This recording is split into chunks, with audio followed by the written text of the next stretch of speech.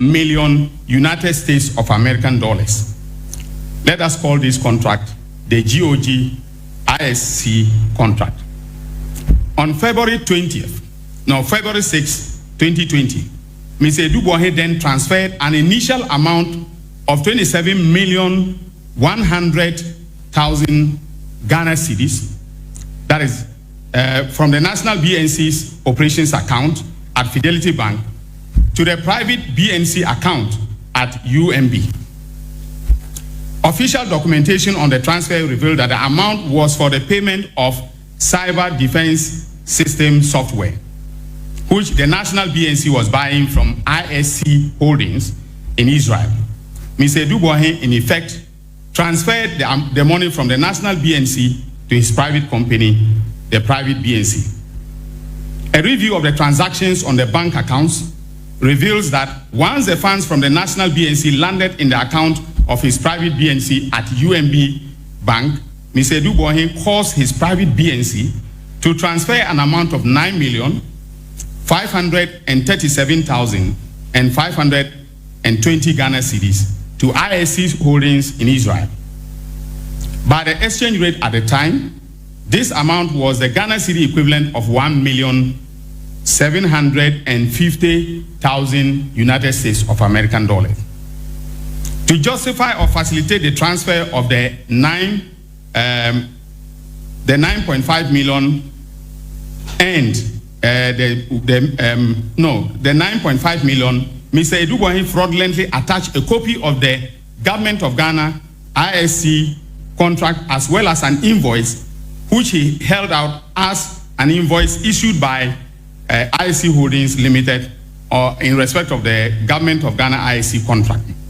On March 18, 2020 and March 30, 2020 respectively, he again transferred 21 million Ghana cedis from the National BNC Director's account at Fidelity Bank to the same private BNC account at UMB.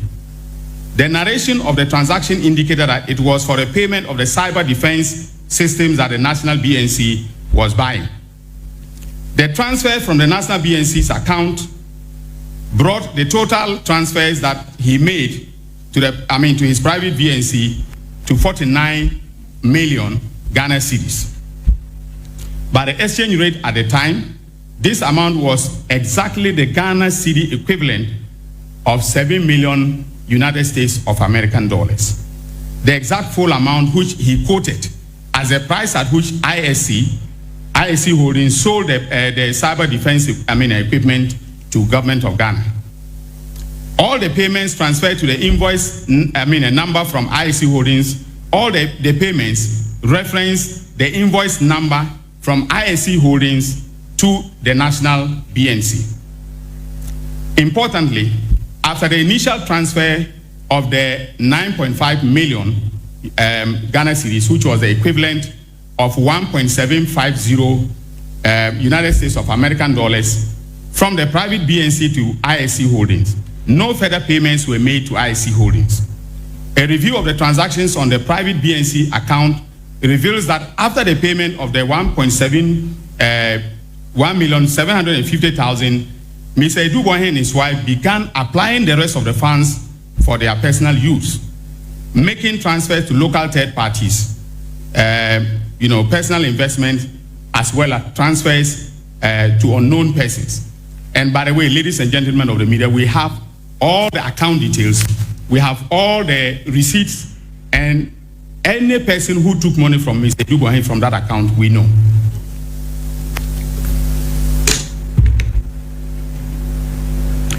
Now, our investigation, which was conducted by EOCO, as I've indicated, has established that the ultimate beneficial,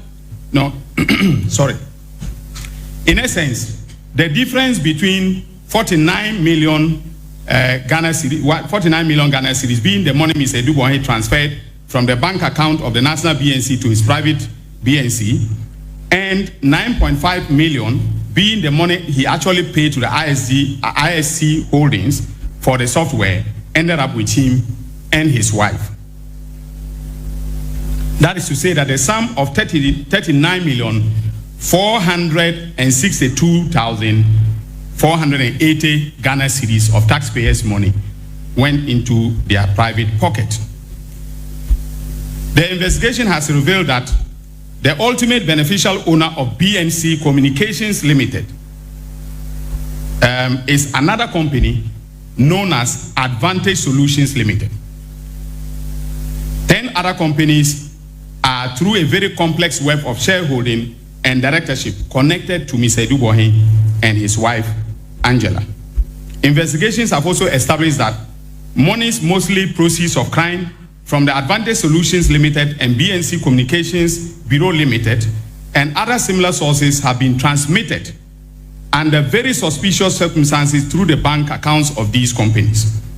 The investigations have revealed so far that the suspect and his wife have registered companies which we are currently tracking. We are tracking all the companies. There are about 10, of them that they created with Advantage Solutions, mostly owning all the companies.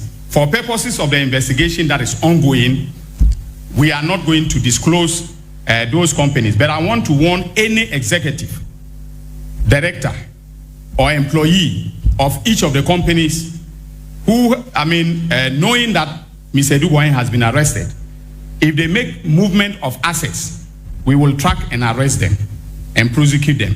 So they are all warned.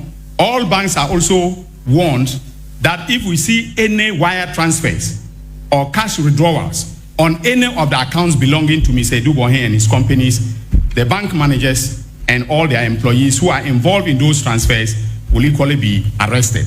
After this press conference, no activity, and we are monitoring all their bank accounts from the Financial Intelligence Center. With the press of a button, we can see the movement of money, on any of the accounts. So we are monitoring that very, very closely. We know, for instance, that the 3 banks that they have been dealing with, in substantial financial transactions are UMB, Fidelity Bank, and Stanbic Bank. So we are monitoring them keenly. And the managers of this bank, if they are listening to me, should be careful about what they do on any account connected to Mr. Adu-Boahene and his wife and their companies. The investigations also established that the proceeds from the suspect's activities were used to buy significant landed properties and other assets of considerable value both in Ghana and elsewhere. Now, ladies and gentlemen of the press, my fellow countrymen and women, I want to give you a sample of what we have discovered so far. We have tracked most of the assets.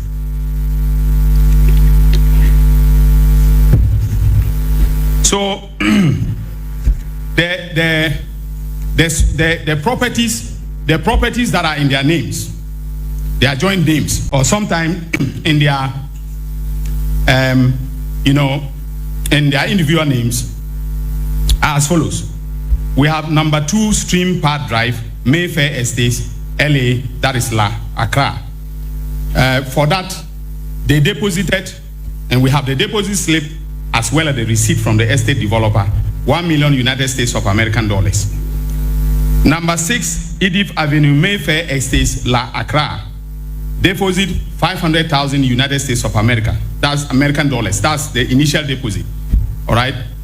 Then we have number 7, Edith Avenue, Mayfair, 100 of American dollars deposited for the property. Number 8, Edith Avenue, Mayfair Estates, Accra, 97,815 United States of American dollars was deposited for that property. But we are sure that other cash payments were made to complete the purchase and then the transfer of ownership. So we are tracing all those documents.